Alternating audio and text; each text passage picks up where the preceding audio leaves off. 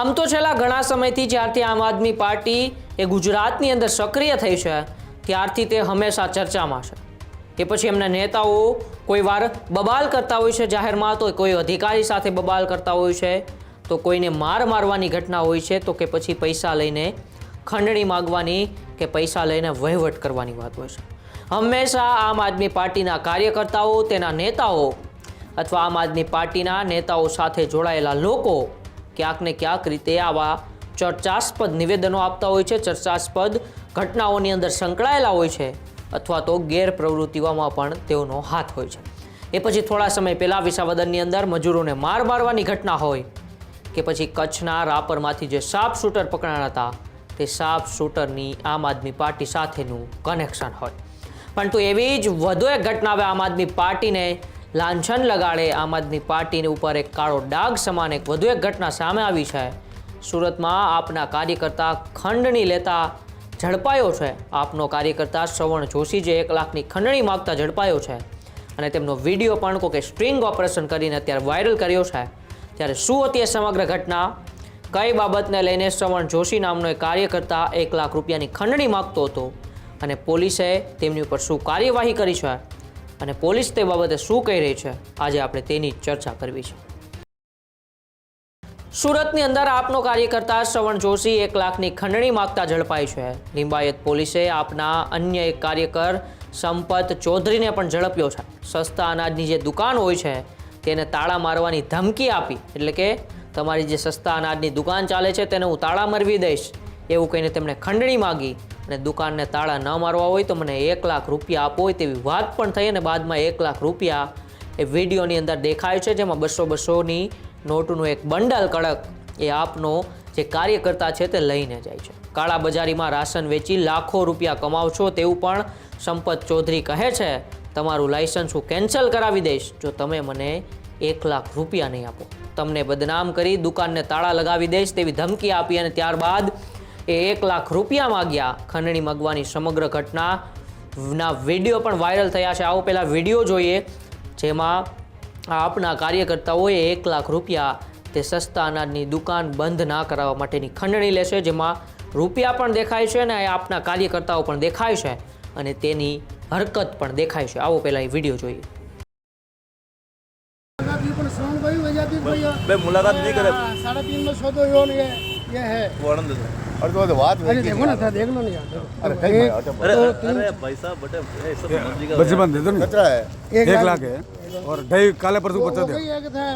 थे रोज फोन करिए जो मैं तो है परसों आई भाई संपत्ति वो एक बार बद्री जी आनंद कुछ ओ बद्री जी अड्डे के एरिया परसों आई हाँ हाँ एक दो दिन ज़्यादा कम पैसा आ जाएगा आपको बताइए।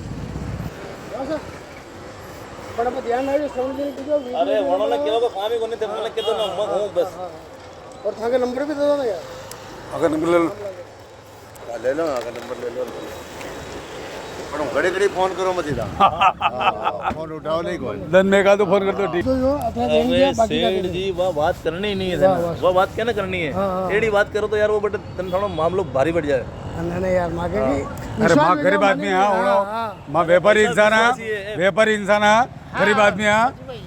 हमारी बात सुनो बंसी जी ने ठाणो में कोई आज नहीं आ कोई 3 साल काम पड़े हमारी बात तो भगवान समझ और अनंत पूछो 3 साल में कभी आया कि देखना पूछो ना राम धर्म पूछो ये अपन बस। अरे पण सरवण महीना आपके अपन राजी करे मुंडो श्रवण भाई ने आप कहियो त्रम हो तो ही अത്ര देंगे बाकी का मिल जाए बताइए तो जुबान हमारी बात सुनो वास्तव मांगे की 2-3 मौत होगी आना खबर अरे वाह बात करनी नहीं पड़े हाँ बस वो डायरेक्ट पेमेंट में भी हाथ में नहीं लाके वो तो ऑफिस का काम हो जावे और पूरा हैंडलिंग अपना अंडर में ही है ऑफिस को हैंडलिंग भी। अच्छा ये गोस्वामी अपना अंदर में वो कोई मैटर नहीं है मनो खाई नहीं हुए ये तो सब सर्विस दर यही से हो, सर्विस व्यू खाई नहीं हुए जो काम सेटअप कर सके वही कर सके मतलब मेन सरवण वही से। श्रवण जी कर सके बाकी कोई ना करे। तो आप तो राजस्थानी हो बाजू बाबू साथ दीजिए ना सर्वा वही से मारवाड़ी हो तो मुझे मारवाड़ी के साथ तो देना पड़ी। वे खोप रागड़े में नहीं और कोई डर नहीं वाह ये है कि पिन पूरी और पूरा मामलो खराब भी यही कर सके समझे थे हमारी बात। श्रवण जी कर सके सब मामलों हाँ,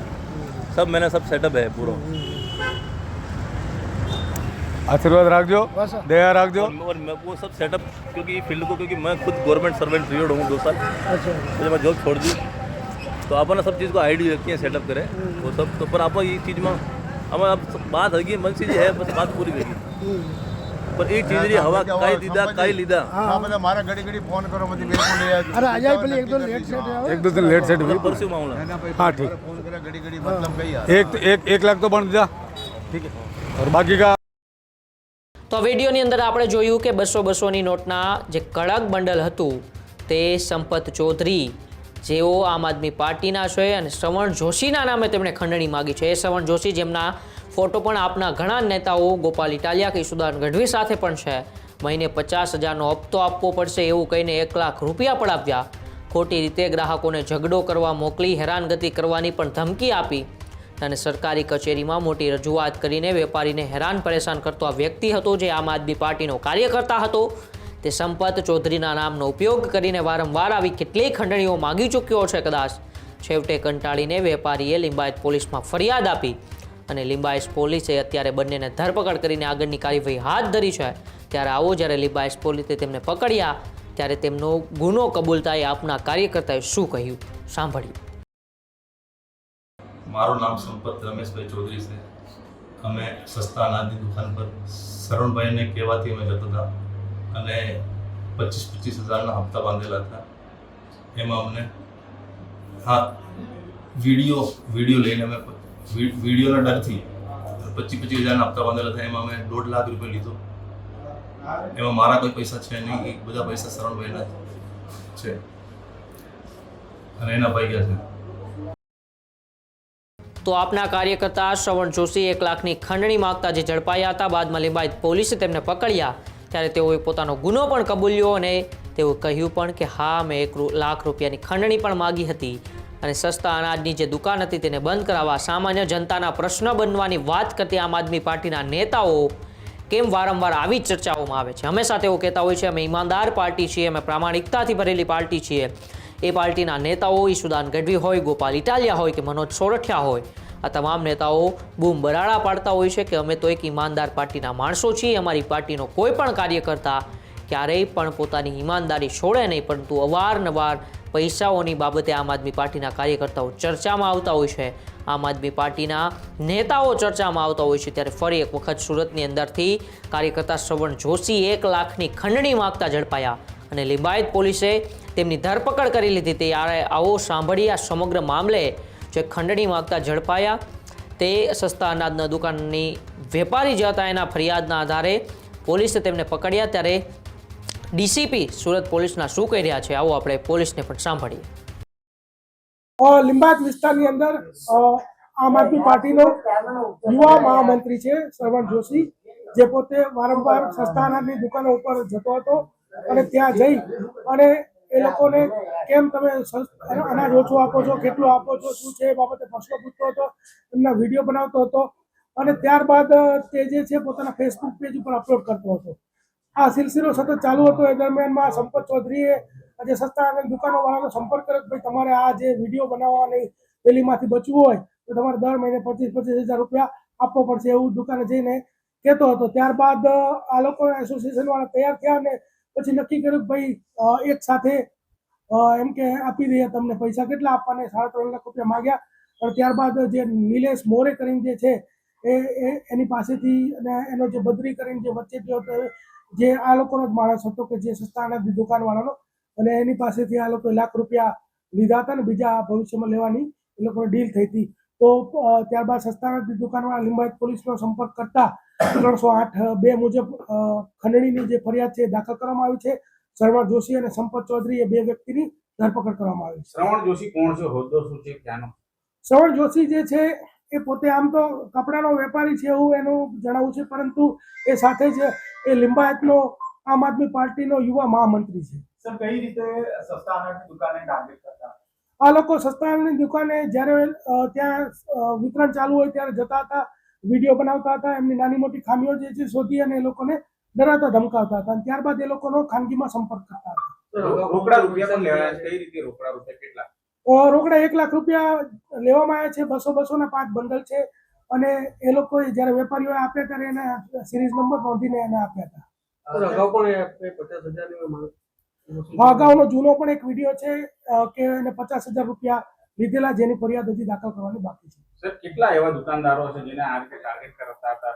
ઓછામાં ઓછા 15 થી 20 દુકાનદારો છે અને આ રીતે ટાર્ગેટ કરતા હતા એવું એ લોકોનું જ્યારે પોલીસનો સંપર્ક કર્યો ત્યારે કહેવું હતું, પરંતુ હજી અત્યારે એક ફરિયાદ દાખલ થઈ છે. આગળ જેમ એ લોકો ફરિયાદ આપતા જશે એમ દાખલ કરતા જશે. શ્રવણ જોશીને લઈને સંપત ચૌધરીએ શું વાત કરી? કઈ રીતે રૂપિયા કોના વતી સ્વીકાર્યા? સંપત ચૌધરીએ શ્રવણ જોશી વતી રૂપિયા સ્વીકાર્યા અને એવું કીધું હતું કે ભાઈ હું શ્રવણભાઈનો માણસ છું અને તમે પૈસા આપી દો, પછી શ્રવણભાઈ તમારી દુકાને આવીને વિડીયો નહીં બનાવે એવું એશ્યોરન્સ આપતો હતો અને એ રીતે એને રૂપિયા સ્વીકાર્યા હતા. પાર્ટી વતી પૈસા માંગતા હતા કે પર્સનલી જે આપણી પાસે વિડીયો ધ્યાનમાં આવ્યો છે એમાં જે સંપત ચૌધરી એવું કહી રહ્યો છે કે શ્રવણભાઈનો હું માણસ છું, શ્રવણભાઈને આ પૈસા આપવાના છે, પછી એમ કે કાર્યકર્તાઓને ચા પાણી નાસ્તો કરાવવા માટે પૈસા આપવાના છે અને એમ કે પીએસઆઈ અને પોલીસ અધિકારીઓ તો શ્રવણભાઈથી બધા તરત ઊભા થઈ જાય છે, આવી બધી ડીંગો હાંકતો હતો.